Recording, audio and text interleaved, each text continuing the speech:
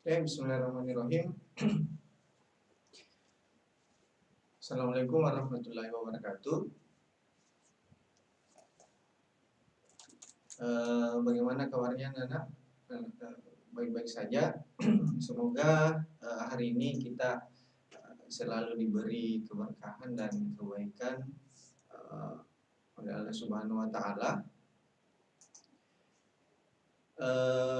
Dan terutama tentunya kesehatan, karena hari ini kita masih dilanda pandemi, yaitu COVID-19, tapi pada dasarnya mudah-mudahan secepatnya pandemi ini berakhir karena adanya vaksin. Oke anak-anak, untuk pembelajaran hari ini tentunya kita akan lanjut materi yang minggu lalu, yang dimana tentang keberagaman masyarakat dalam bingkai Bhinneka Tunggal Ika.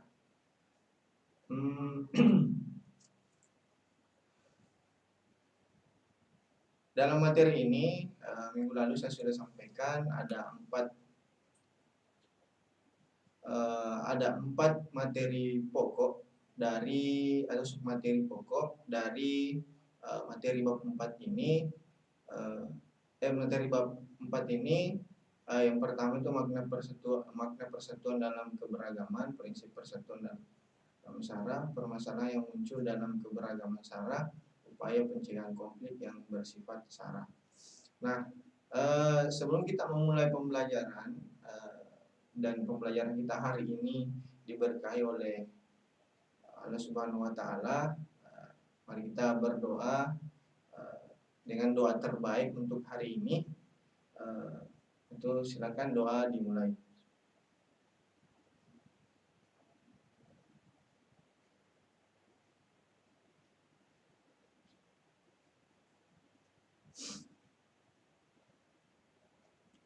Nah, doa selesai. Nah, kita lanjut untuk kompetensi dasar seperti yang saya sampaikan minggu lalu, yaitu kompetensi dasarnya 3.4 menganalisis prinsip persatuan dalam keberagaman suku, agama, ras, dan antar golongan. Itu SARA, sosial budaya, ekonomi, dan gender dalam bingkai Bhinneka Tunggal Ika. 4.4 atau keterampilan bagaimana mendemonstrasikan hasil analisis prinsip persatuan dalam keberagaman suku, agama, ras, dan antar golongan dalam bingkai Bhinneka Tunggal Ika. Adapun tujuan pembelajaran, yang pertama menguraikan makna persatuan dalam kebangsaan dengan baik dan bertanggung jawab. Kedua, bagaimana siswa menguraikan prinsip persatuan dalam keberagaman suku, agama, ras, dan antar golongan. Kemudian yang ketiga, menguraikan bagaimana siswa menguraikan permasalahan yang muncul dalam keberagaman suku, agama, ras, dan antar golongan. Kemudian keempat, bagaimana siswa menguraikan upaya pencegahan konflik yang bersifat sara dengan baik dan bertanggung jawab. Nah, minggu lalu kita sudah bahas tujuan pertama dan kedua. Jadi hari ini kita akan bahas tujuan 3 dan 4, yaitu adalah menguraikan permasalahan yang muncul dalam keberagaman suku, agama, ras, dan antar golongan. Kemudian yang keempat, menguraikan upaya pencegahan konflik yang bersifat sara. Nah, sebelum lebih jauh, di sini bisa kita lihat perkataan dari Kiai Ahmad Dahlan. Pada dasarnya kemungkinan kalian sudah tahu semua bahwa Kiai Ahmad Dahlan adalah pendiri Muhammadiyah. Dia mengatakan bahwa kasih sayang dan toleransi adalah kartu identitas orang Islam. Nah, di sini sudah ditegaskan juga bahwa orang Islam pada dasarnya ya mengedepankan kasih sayang dan toleransi. Nah, itulah yang kita terapkan juga dalam bernegara, intinya di situ.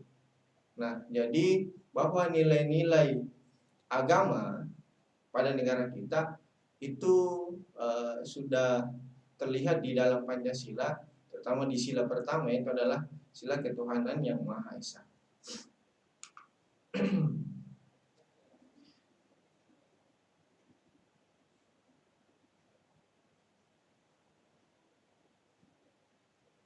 Nah, jadi ini adalah bagian materi yang akan kita pelajari, yang mana poin A dan poin B itu kita sudah pelajari minggu lalu. Kemudian ini hari ini kita masuk di poin C, itu adalah permasalahan yang muncul dalam keberagaman sarah, di mana sub materinya ada 4, yaitu perbedaan suku, perbedaan agama, perbedaan ras, dan perbedaan golongan.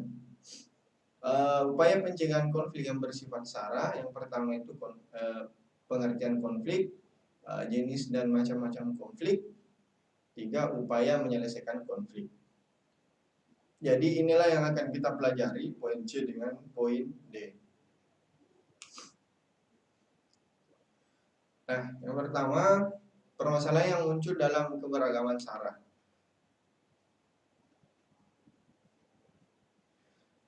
Permasalahan yang muncul dalam keberagaman sara, yang pertama itu adalah faktor suku, yang dimana suku-suku bangsa yang tersebar di Indonesia merupakan warisan sejarah bangsa. Persebaran suku bangsa dipengaruhi oleh faktor geografis, perdagangan laut, dan kedatangan para penjajah di Indonesia. Jadi 3 faktor ini itu bisa dikatakan membuat suku bangsa itu menyebar. Persebaran yang luas menjadi suku bangsa di Indonesia memiliki ciri dan karakter tersendiri yang berbeda antar satu suku bangsa dan yang satu dengan yang lainnya. Nah, walaupun memiliki suku bangsa yang beraneka ragam, kita tetap satu bangsa, tanah air, dan satu bahasa, yaitu adalah Indonesia. Untuk itu, kita harus menyadari bahwa keberagaman itu merupakan kekayaan yang tak ternilai harganya dan harus dapat dijadikan sebagai kekuatan yang mampu mempersatukan bangsa Indonesia. Nah, bisa dikatakan bahwa di Indonesia itu suku bangsanya cukup banyak. Nah, jadi ini yang dikatakan tadi bahwa itu merupakan kekayaan bangsa Indonesia sendiri. Jadi ketika itu bisa dipertahankan, itu akan menjadi destinasi wisata untuk orang luar melihat kekayaan suku bangsa yang ada di Indonesia. Nah, di dalam negara kita tentunya disinilah salah satu kelebihan negara kita, yaitu adalah memiliki suku bangsa yang di dalamnya itu memiliki suku bangsa yang dimana diikat dalam satu negara, yaitu adalah Indonesia. Apalagi suku bangsa yang berbeda itu tentunya perilakunya, keadaan sosialnya, sosial budayanya itu sangat berbeda. Apalagi bahasanya. Nah, tapi di sini kita dipersatukan dalam satu bahasa, itu adalah bahasa Indonesia. Nah, betapa kita tidak bangganya bahwa dalam banyaknya suku itu atau banyaknya bahasa itu kita dipersatukan dalam satu bahasa, itu adalah bahasa Indonesia. Nah, jadi faktor suku itu sendiri memiliki tentunya dari suku-suku itu tentunya karena berbeda pandangan, berbeda geografis, yang dimana ada yang tinggal di daerah pesisir, ada di daerah kota, kemudian ada di daerah pegunungan. Nah, hal itu perbedaan-perbedaan yang demikian tentunya memiliki juga perbedaan-perbedaan keadaan sosial. Nah, inilah yang juga bisa menimbulkan sebuah konflik. Nah, selanjutnya itu adalah faktor agama. Keberagaman masyarakat Indonesia menjadi suatu kekuatan bagi tumbuhnya persatuan dan kesatuan bangsa. Dalam kehidupan masyarakat kita, keberagaman ini belum sepenuhnya menjadi sebuah kekuatan, tapi menjadi pemicu terjadinya perselisihan dalam masyarakat. Adapun dampaknya untuk keberagaman ini ada dampak positif dan ada dampak negatif. Dampak positifnya yaitu adalah terciptanya integrasi nasional, kemudian B menjadi sarana untuk memajukan pergaulan antar suku, agama, budaya, dan golongan. Kemudian dapat memperkaya khasanah budaya bangsa. Nah, di Indonesia sendiri yang diakui secara hukum, eh, jadi di Indonesia sendiri yang diakui secara hukum agama itu ada 6 agama, yaitu Islam, Kristen Protestan, Kristen Katolik, Buddha, Hindu, dan Konghucu. Nah, dari 6 agama tersebut tentunya eh, sangat terlihat perbedaannya, terutama karena masing-masing masing-masing agama itu mempunyai kitab suci masing-masing. Jadi pada dasarnya itu adalah hal yang sangat berbeda. Nah, di samping dari dampak positif, adapun dampak negatifnya yang pertama adalah terjadinya konflik dalam masyarakat. Munculnya sikap primordialisme, yaitu pandangan yang berpegang teguh pada hal-hal yang dibawa sejak kecil, baik mengenai tradisi, adat istiadat, kepercayaan maupun segala sesuatu yang ada di lingkungan pertamanya. Kemudian C, munculnya sikap etnosentrisme, yaitu suatu pandangan yang menganggap bahwa suku bangsanya sendiri lebih unggul dibandingkan suku yang lain.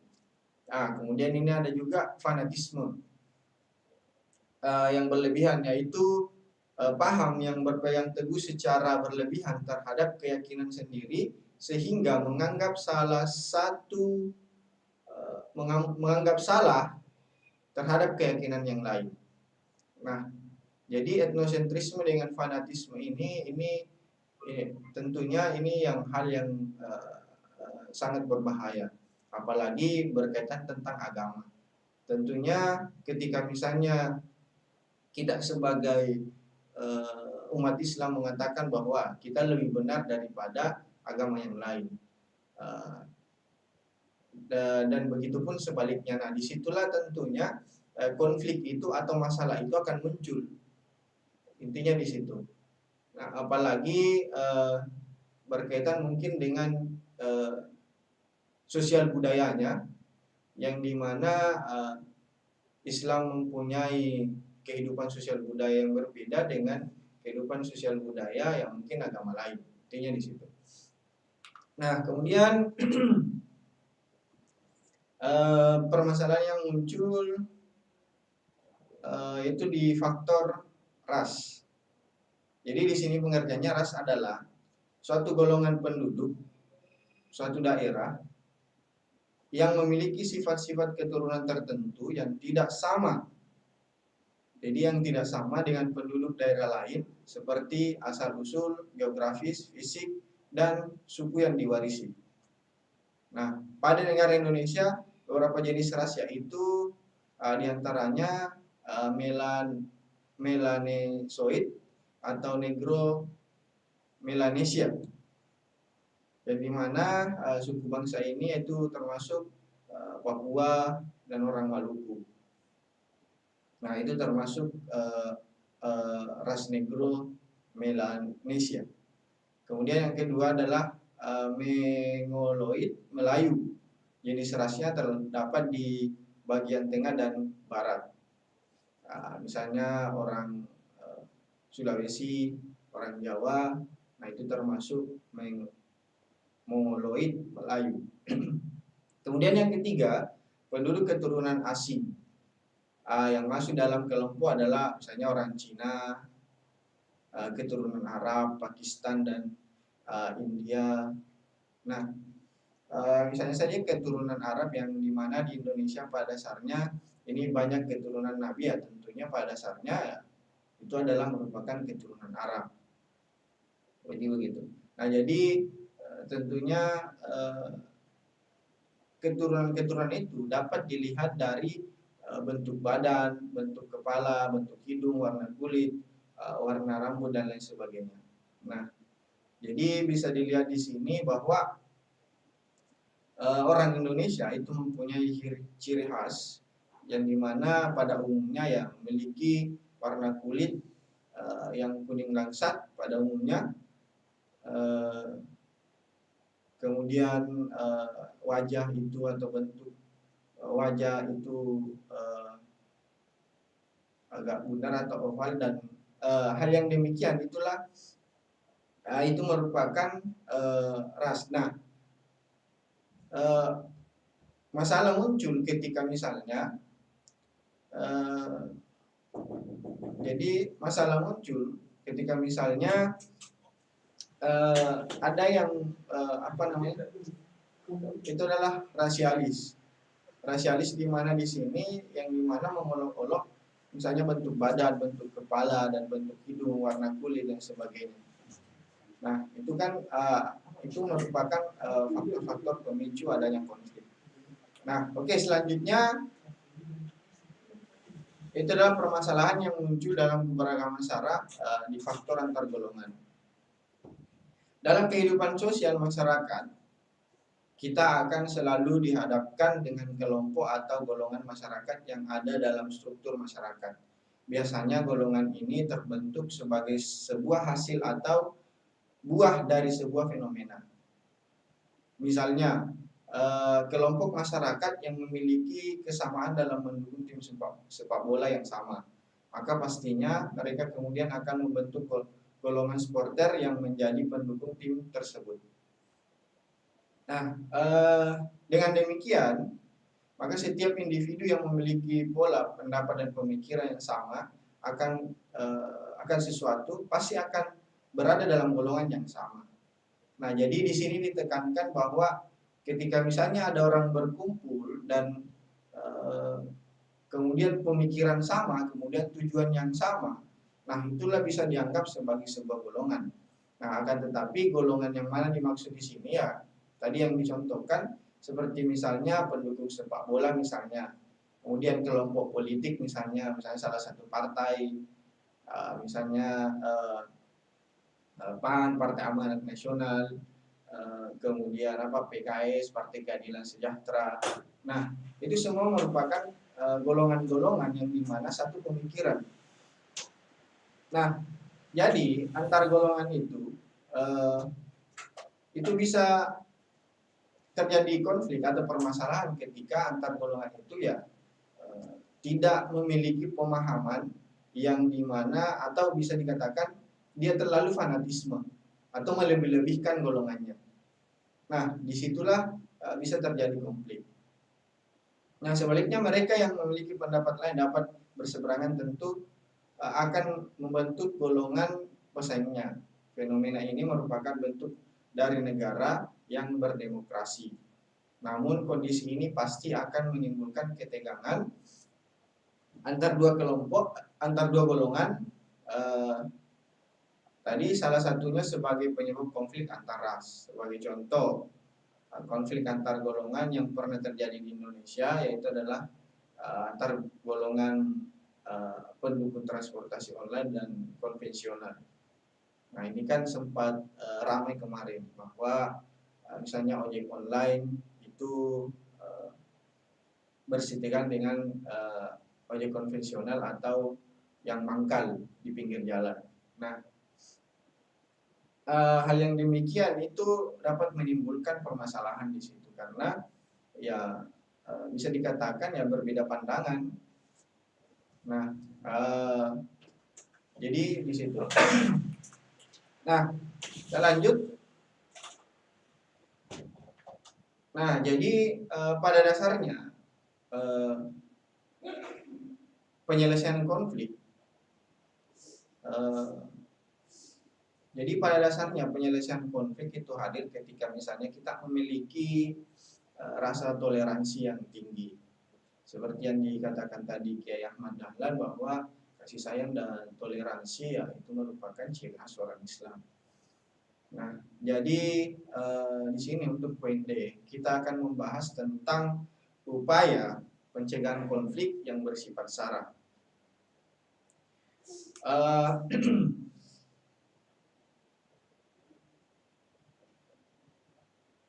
Nah, yang pertama itu adalah kita mungkin sedikit membahas pengertian konflik. Jadi konflik adalah suatu proses sosial antar dua atau dua orang atau lebih. Bisa saja bisa dikatakan juga ini kelompok yang dimana ketika misalnya lebih daripada dua orang kemudian memiliki pemikiran yang sama, memiliki tujuan yang sama. Nah, disitulah bisa dikatakan bisa dianggap sebagai sebuah kelompok.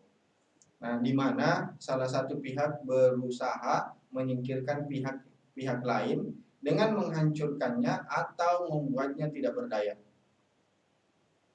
Konflik dilatar belakangi oleh perbedaan ciri-ciri yang dibawa individu dalam satu interaksi.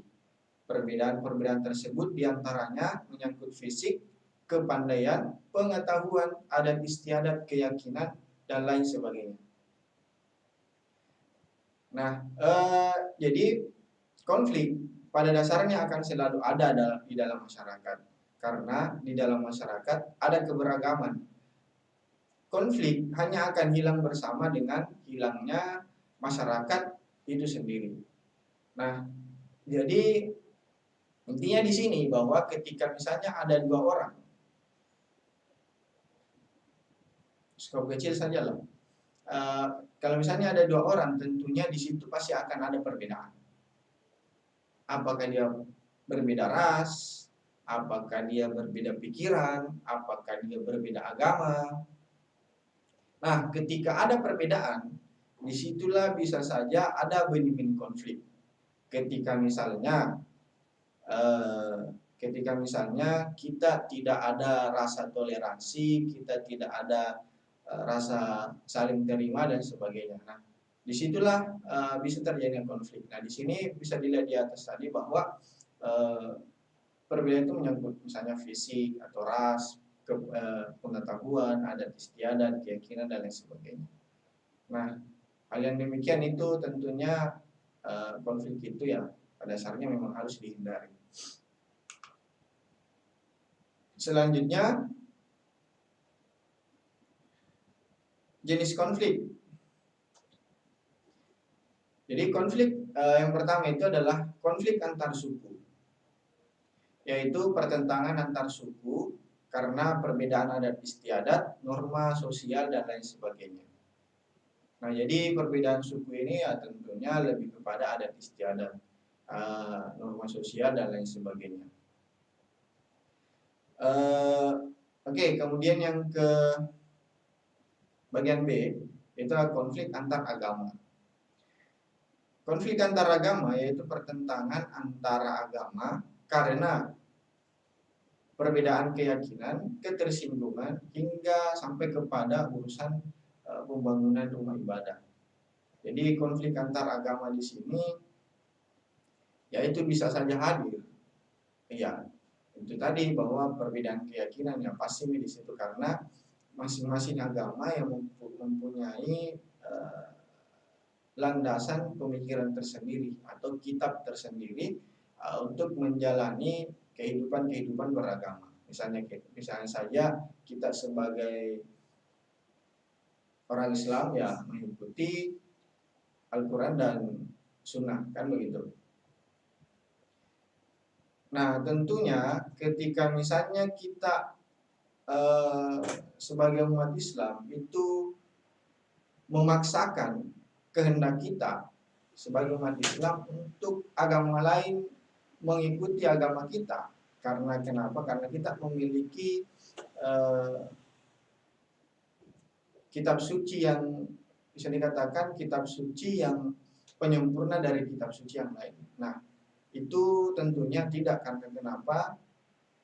Nabi saja berdakwah ya itu tidak memaksa, tapi ya memberikan pemahaman bagaimana agama Islam ini. Jadi tidak ada unsur paksaan di situ. Nah, jadi yang diberikan hanya ya kasih sayang, toleransi dan sebagainya.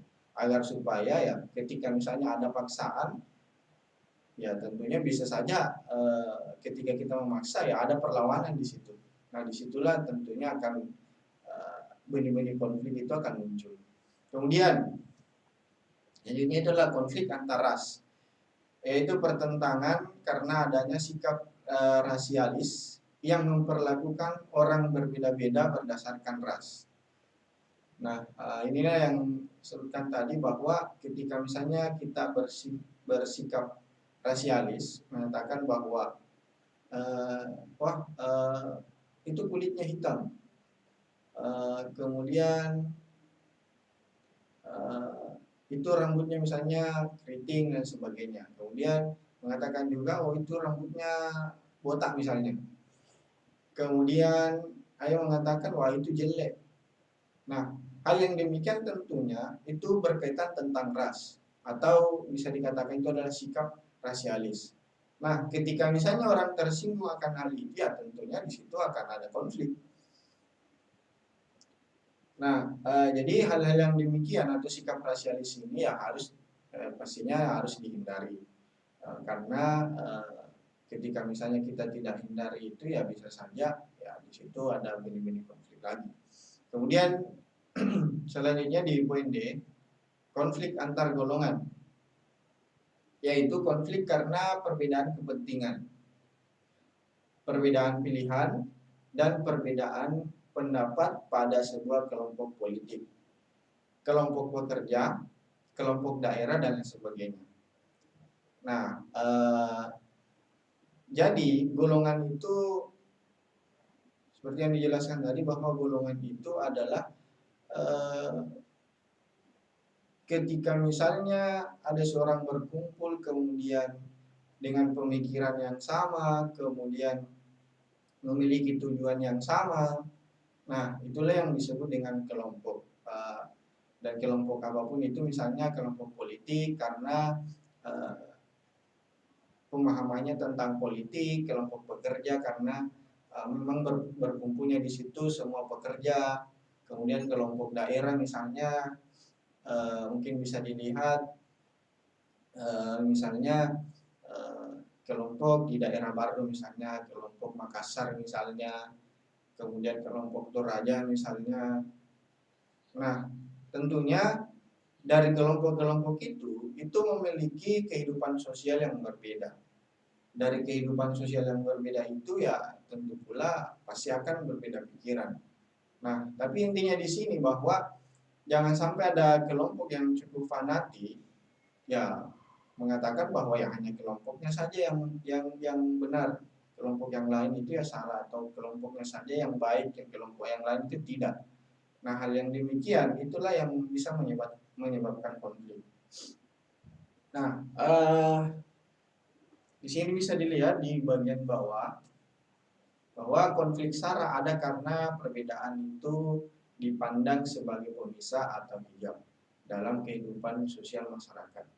Jadi, konflik ini hanya bisa dihindari dengan saling pengertian satu sama lainnya.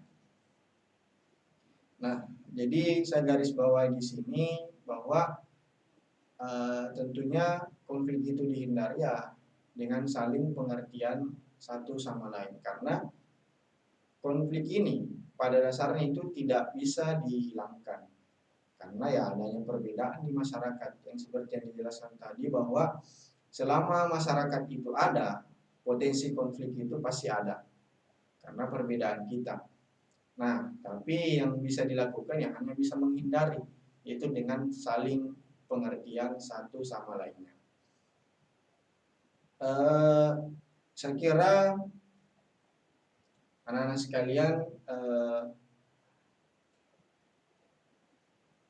pasti pernah mengalami konflik, baik itu di konflik bersama temannya, di keluarganya, ataupun mungkin di dirinya sendiri karena ketidakterimaan tentang mungkin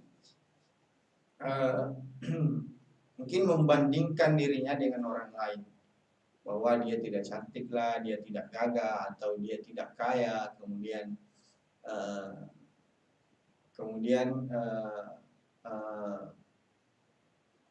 intinya merendahkan dirinya karena membandingkan orang lain. Nah, saya berharap itu tidak dilakukan karena kenapa? Kita masing-masing individu. Jadi kita masing-masing individu itu memiliki kelebihan dan kekurangan masing-masing. Ketika misalnya kita membandingkan diri kita dengan orang lain, ya tentunya ya kita tidak intinya kita tidak menerima diri kita sebagaimana adanya. Jadi akan tetapi ketika misalnya kita percaya diri dengan diri kita sendiri bahwa ya kita ini gagah, kita ini pintar dan sebagainya, maka uh, pada dasarnya ketika kita bisa menghindari konflik diri kita sendiri, nah disitulah dasarnya kita bisa menghindari konflik yang ada di masyarakat. Nah, yang ketiga di sini yaitu adalah upaya penyelesaian konflik. Mengatasi konflik dapat dilakukan secara ada tiga, itu adalah preventif, represif, dan kuratif. Preventif adalah upaya yang dilakukan untuk mencegah terjadi masalah sebelum masalah terjadi, seperti sikap toleransi, kerjasama, latihan bersama, dan sebagainya. Nah, jadi preventif di sini ditekankan bahwa ini untuk mencegah konflik sebelum konflik terjadi. Jadi intinya tetap dikampanyekan terus sikap toleransi, kerjasama, latihan bersama, dan lain sebagainya. Atau gotong royong membersihkan misalnya got-got di kompleks, kemudian membantu tetangga yang mungkin kesulitan dan lain sebagainya. Nah, hal yang demikian itu merupakan ciri dari preventif ini. Kemudian yang kedua atau bagian B, represif adalah upaya mengatasi konflik pada saat atau setelah terjadi masalah seperti penangkapan, pembubaran paksa, dan sebagainya. Nah, jadi represif ini adalah bagaimana mengatasi konflik itu ketika dia terjadi, setelah terjadi masalah. Jadi ada penangkapan, ada pembubaran paksa. Nah, ketika misalnya pun, dan ini mungkin yang paling mungkin bisa saja membunuh ketika misalnya dibubarkan, kemudian dia melawan kepada aparat, ya bisa saja dia ditembak mati dan sebagainya. Nah, hal yang demikian itu merupakan pola represif untuk pencegahan konflik. Kemudian bagian C itu adalah kuratif, adalah upaya tindak lanjut atau penanggulangan akibat konflik yang terjadi, seperti pendampingan bagi korban konflik, perdamaian, kerjasama, dan sebagainya. Nah, kuratif di sini ini merupakan tindak lanjut. Jadi kuratif di sini merupakan pola tindak lanjut yang dimana ketika misalnya ya sudah terjadi konflik, maka korban itu bagaimana diberikan pendampingan, kemudian mendamaikan, kemudian bagaimana memberikan kerjasama. Nah, jadi dari ketiga mengatasi konflik ini sebenarnya adalah pola awal untuk menyelesaikan konflik.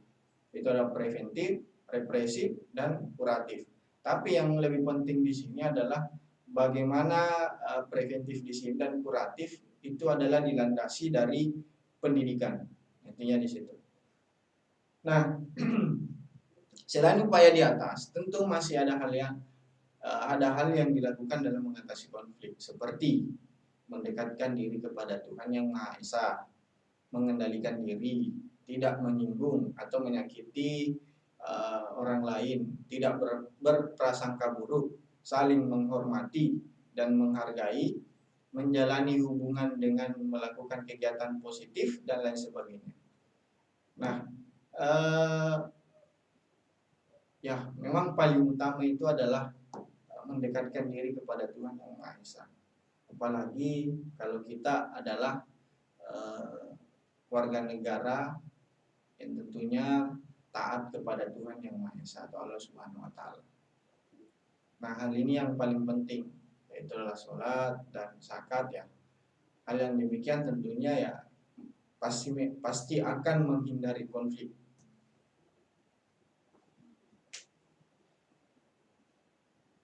Nah, oke, untuk selanjutnya Eh, Oke.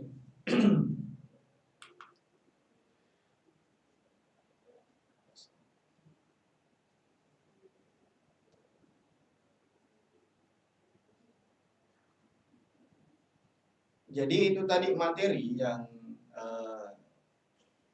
yang saya sampaikan untuk hari ini.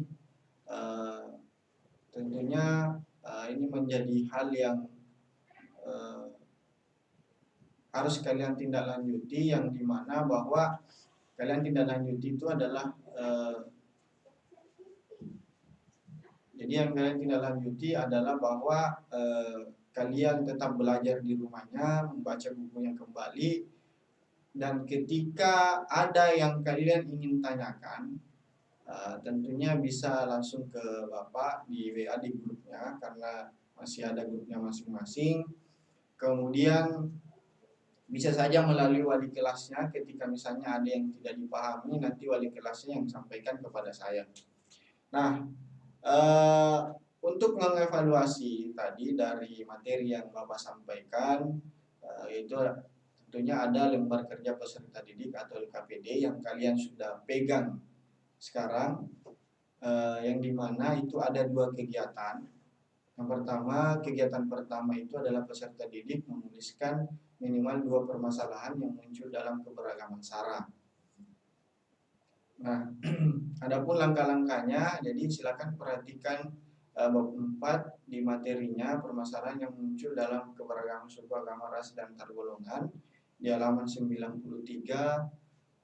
Silakan kalian lihat di situ. Kemudian untuk referensi tambahan bisa kalian cari di internet. Kemudian langkah kedua, permasalahan yang ditulis minimal 2 pada setiap keberagaman. Misalnya menuliskan 2 permasalahan pada pada keberagaman suku, kemudian menuliskan 2 permasalahan pada keberagaman agama, menuliskan 2 di keberagaman SARA, dan antar golongan itu juga 2. Jadi totalnya itu ada 8 minimal 8 permasalahan yang kalian tulis. Kemudian intinya ketiga, selalu mengedepankan kejujuran dan tanggung jawab dalam mengerjakan LKPD. Sebenarnya dikerja sendiri ini LKPD-nya. Kemudian untuk kegiatan kedua, itu peserta didik menuliskan minimal 2 upaya pencegahan konflik. Nah, adapun langkah-langkahnya hampir seperti tadi, tapi ini adalah untuk pencegahan. Nah, jadi permasalahan yang di kegiatan pertama itu yang kalian buat upaya pencegahan di kegiatan yang kedua. Jadi intinya di situ. Nah, jadi ketika misalnya di keberagaman suku, apa permasalahannya, itu yang menjadi upaya penyelesaian konflik, itu yang diselesaikan di kegiatan kedua. Misalnya juga agama, apa permasalahan agama, nah itulah yang ditulis juga upaya pecahan konflik yang kegiatan kedua. Begitupun selanjutnya. Nah, jadi saya kira itu, kalaupun misalnya ada yang mau ditanyakan lagi ya silakan di WA saja, kemudian atau ditanyakan ke wali kelasnya. Nah, kemudian selanjutnya tentunya kalian memiliki pandangan sendiri tentang materi yang tadi, dan kalian juga memiliki kesimpulan. Nah, adapun untuk kesimpulan saya pribadi, yaitu adalah untuk materi ini tentunya adalah selalu berpikiran positif, bertindak positif untuk menciptakan hal yang positif, karena konflik hadir dari hal yang negatif. Nah, jadi intinya di sini bahwa tetaplah melakukan hal-hal yang negatif. Tetaplah melakukan hal-hal yang positif, maaf. Dan hindari hal-hal yang negatif. Intinya di situ. Supaya konflik ini bisa terhindar. Jadi saya kira itu cukup untuk pembelajaran hari ini. Terima kasih atas perhatiannya. Tetap menjaga kesehatan, mengikuti instruksi pemerintah, itu 3M, memakai masker, menjaga jarak, dan mencuci tangan. Kemudian saya tambah, yaitu adalah tetap memakan makanan sehat dan selalu beristirahat. Saya kira itu. Wabillahi taufiq wal hidayah. Assalamualaikum warahmatullahi wabarakatuh.